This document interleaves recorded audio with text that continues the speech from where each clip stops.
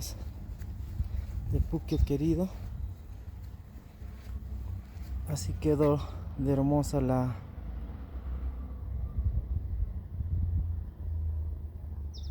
pinturas.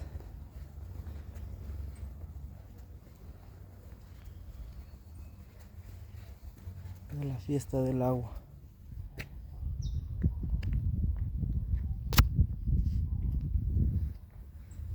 Todo el proceso.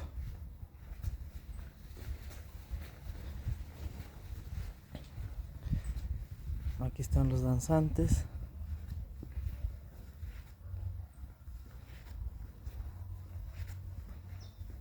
Está muy lindo. Los yamichus en el angoso. Los auquis, los pongos. Aquí la picantada.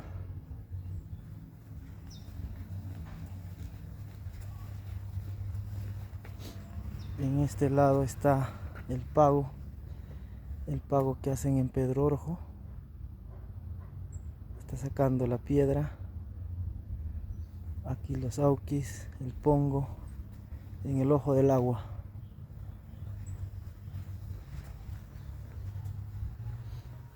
En este lado están los cargontes, los barayos y la banda con su música. En este lado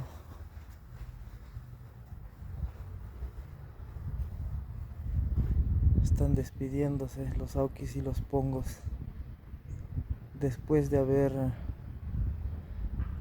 juntado su mesa mastai, ¿no? Está bonito. Claro, y aquí en este lado está la mesa mastai, donde están los productos de la localidad, su yampu, su coquita, el auqui y el pongo con sus varas.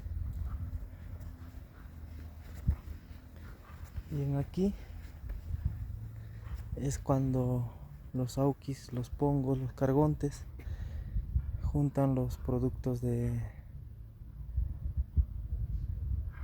las diferentes familias, ¿no? Para que hagan el mesamasta. O sea, el proceso de la fiesta es desde acá hacia allá.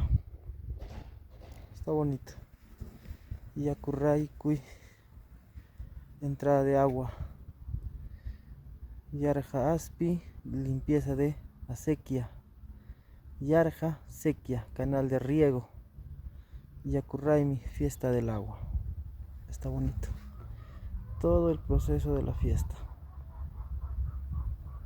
Muy hermoso. Y esto como en una manta, ¿no? La pared lo han pintado como una mantita. Está hermoso.